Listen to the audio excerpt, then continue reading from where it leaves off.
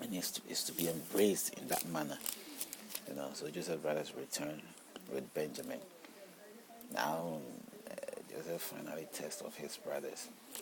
Joseph also have to test his brothers and all that. Joseph sends for Jacob. He had to send for his family, finding ways to bring all his family to live in Egypt, because he was there almost next to the king over there. And there's privileges. They can have whatever they want. They were living like kings in the palace. So the Jews had a good time to live that time of Joseph. Until Joseph, had to die, or the family had to, and the father also requested that he be buried in his own country rather than Egypt. They strongly had these convictions, tradition. So traditionally, they held on to all these things.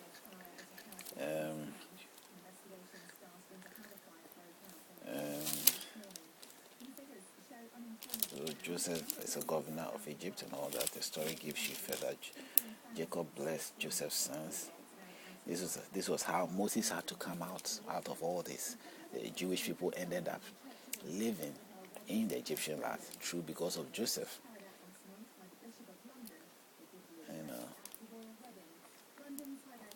And Jacob's prophecy concerning his sons. That means he also made prophecies of his sons, what they will all become. And according to what the history or what he know of all of them now, he cursed and blessed as orderly as he knew how, and gave them all their place. And they buried Jacob their father in verse 50.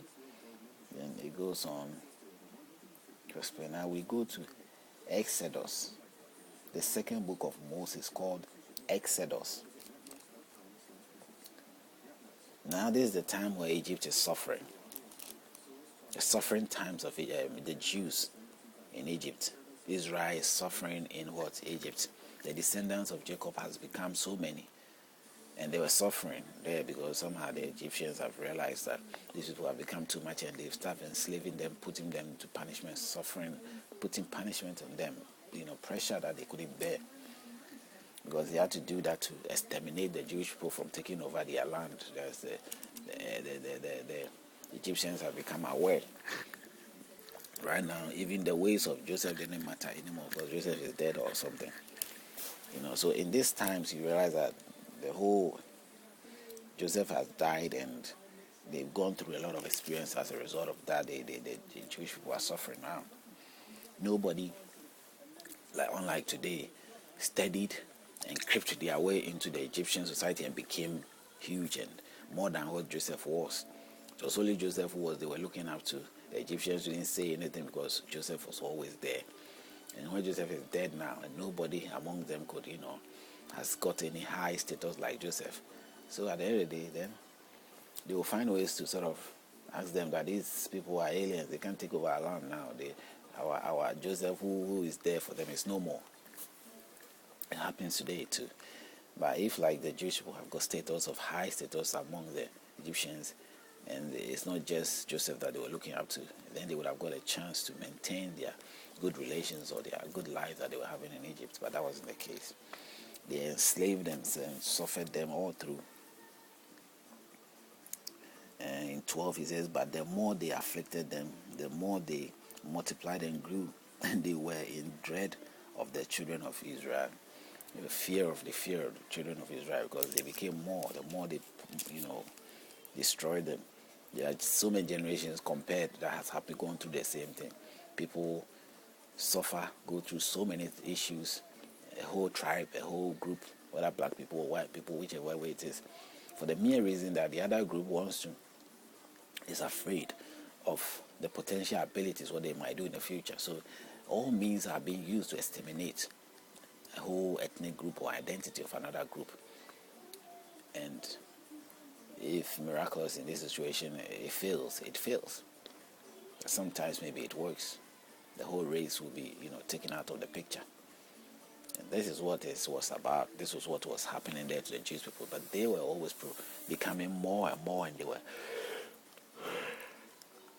they were multiplying and all that. So today is the same thing, whether it's the black people going through all sort of funny things which is making them lose their grounds of majority to level up with the majority, and they are becoming minority, and they are being criticized, and everything will be pointing fingers at them, and somehow the enemy, the white will be considered as enemy. And so in everything, the white people are sort of afraid of the fact that if black people became so much or something, or had power that we have or something, then we have our hands tied up, we're going to face a lot of problems. And so let's find ways to crack these people down. If that is the situation, then you can imagine what really is going on, or what can go on.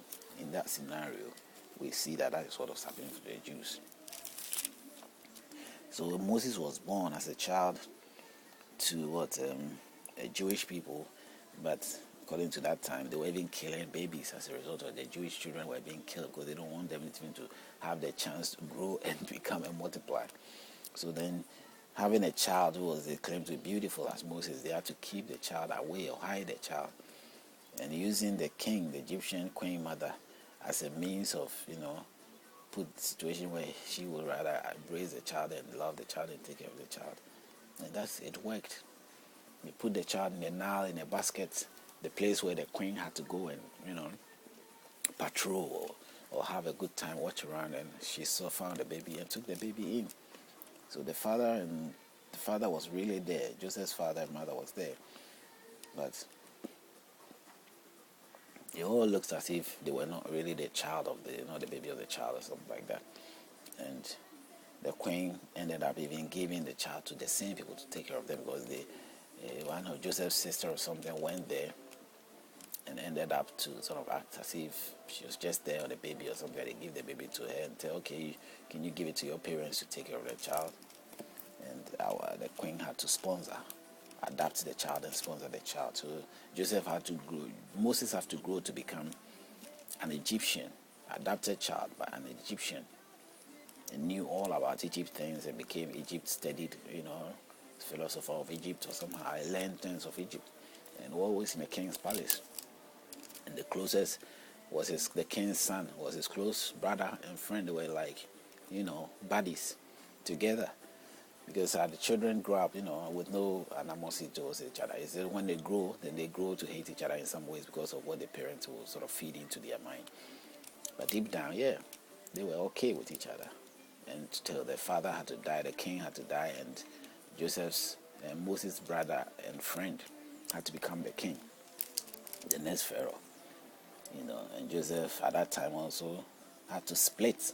Moses, I keep saying Joseph, I don't know. Moses had to split and run because of something he did.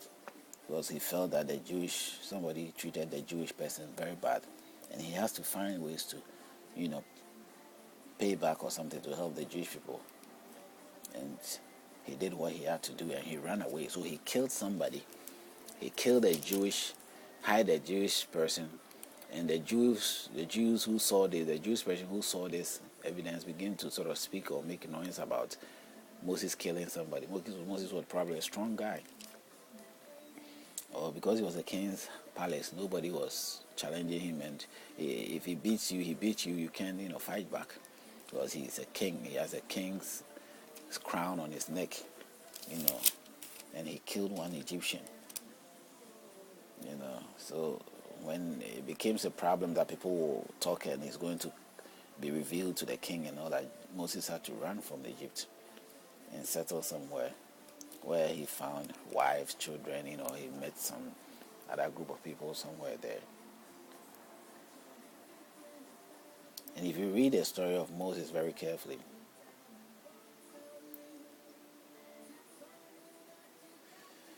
he, at this place of this desolate land that he has been, is where he has gone to see God. A burning bush, in the process of rearing his flock. Out there, he's taking care of his animals, and he ended up seeing a burning bush. But the tree wasn't burning, but the fire was there. God spoke to him, and that was his message. Just like Muhammad going to some rock, some mountain inside and having a message. He had his message from God telling him to have to save the Israelite people. This is what I was saying, that in Exodus 3, all the way from 13 onwards, down to 14 through 15, I say before these things were happening, God can go to Egypt himself.